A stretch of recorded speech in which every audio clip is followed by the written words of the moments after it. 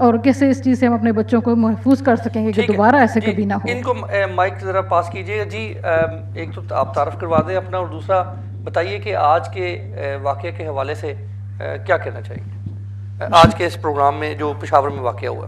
بسم اللہ الرحمن الرحیم. جی میرا نام رحیم امان ایڈوکیٹ ہے. میں وزٹنگ لیکچرر ہوں یونیورسٹی آف بیڈفورڈ شائر میں, لاء پڑھاتا ہوں یہاں پہ, اور پی ایچ ڈی کا پاکستان پر میں کر رہا ہوں.